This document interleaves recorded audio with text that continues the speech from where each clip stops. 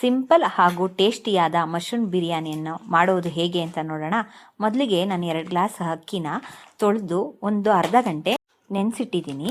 ಮೊದಲಿಗೆ ನೋಡಿ ಮಶ್ರೂಮ್ನ ತೊಗೊಂಡು ನೋಡಿ ಈ ಥರ ಮೇಲ್ಗಡೆ ಒಂದು ಲೇಯರ್ ಬರುತ್ತೆ, ಅದನ್ನು ತೆಗೆದುಬಿಟ್ಟು ಒಂದು ಸ್ವಲ್ಪ ಗೋಧಿ ಹಸಿಟ್ಟು ಹಾಕ್ಕೊಂಡು ನೀಟಾಗಿ ಒಂದು 2-3 ಸತಿ ವಾಶ್ ಮಾಡ್ಕೋಬೇಕು.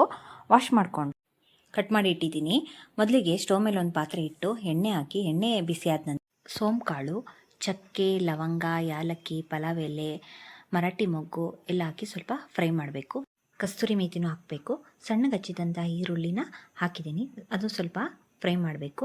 ನಂತರ ಇಲ್ಲಿ ನಾನು ಖಾರ ರುಬ್ಬೋದಕ್ಕೆ ಮಿಕ್ಸಿಗೆ ಒಣಮೆಣ್ಸಿನ್ಕಾಯಿ, ಹಸಿರು ಮೆಣಸಿನ್ಕಾಯಿ, ಶುಂಠಿ, ಬೆಳ್ಳುಳ್ಳಿ, ಕೊತ್ತಂಬರಿ ಸೊಪ್ಪು, ಪುದೀನ ಸೊಪ್ಪು, ಮೆಣಸು, ಧನಿಯಾಕಾಳು, ತೆಂಗಿನಕಾಯಿ ಹಾಕಿ ನುಣ್ಣಗೆ ರುಬ್ಕೋಬೇಕು. ಈರುಳ್ಳಿ ಮತ್ತು ಮಸಾಲೆ ಪದಾರ್ಥಗಳೆಲ್ಲ ಫ್ರೈ ಆಗಿದೆ ನೋಡಿ. ಈಗ ಸಣ್ಣಗೆ ಹಚ್ಚಿದಂತಹ ಟೊಮೊಟೊನ ಹಾಕಿ ಅದು ಕೂಡ ಫ್ರೈ ಆಗೋ ಗಂಟ ಬಿಡಬೇಕು.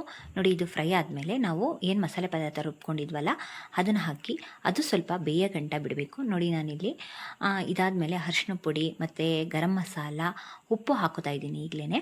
ನೋಡಿ ಇದೆಲ್ಲ ಚೆನ್ನಾಗಿ ಸ್ವಲ್ಪ ಬೆಂದಾದಮೇಲೆ ಹಸಿ ವಾಸನೆ ಹೋಗೋ ಗಂಟ ಬೇಯಿಸ್ಕೋಬೇಕು. ಇದಾದಮೇಲೆ ನಾನು ಕಟ್ ಮಾಡಿ ಇಟ್ಕೊಂಡಂಥ ಮಶ್ರೂಮ್ನ ಹಾಕಿ ಅದು ಕೂಡ ಉಪ್ಪು ಖಾರ ಹಿಡಿಯೋ ಹಾಗೆ ಬೇಯಿಸಬೇಕು. ಇಲ್ಲಿ ಆಗಲೇ ತೊಳೆದಿರ್ತಕ್ಕಂಥ ಅಕ್ಕಿ ಹಾಕೋತಾ ಇದ್ದೀನಿ. ನಾನು ಬಾಸುಮತಿ ಅಕ್ಕಿ 2 ಗ್ಲಾಸ್ ತೊಗೊಂಡಿದ್ದೀನಿ.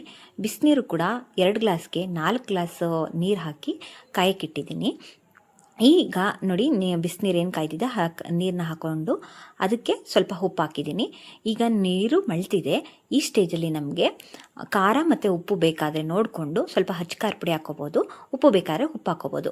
ಈ ನೀರೆಲ್ಲ ಮಳ್ಳಾಗಿ ನೋಡಿ ಇಷ್ಟು ನೀರು ಹಿಂಗಿದೆ. ಈಗ ನಾವು ಸ್ಟವ್ ಆಫ್ ಮಾಡಿ ಒಂದು ಪ್ಲೇಟ್ ಮುಚ್ಚಿ ಅದ್ರ ಮೇಲೆ ಒಂದು ಭಾರ ಇಡೋದ್ರಿಂದ ನೀಟಾಗಿ ಅನ್ನ ಅರಳುತ್ತೆ.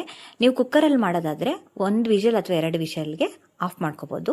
ನಾನು ಪಾತ್ರೆಯಲ್ಲಿ ಮಾಡಿರೋದ್ರಿಂದ ಈ ರೀತಿ ಮಾಡಬೇಕು. ನೋಡಿ ಎಷ್ಟು ಚೆನ್ನಾಗಿ ಬಂದಿದೆ ಮಶ್ರೂಮ್ ಬಿರಿಯಾನಿ. ಒಂದು ಸತಿ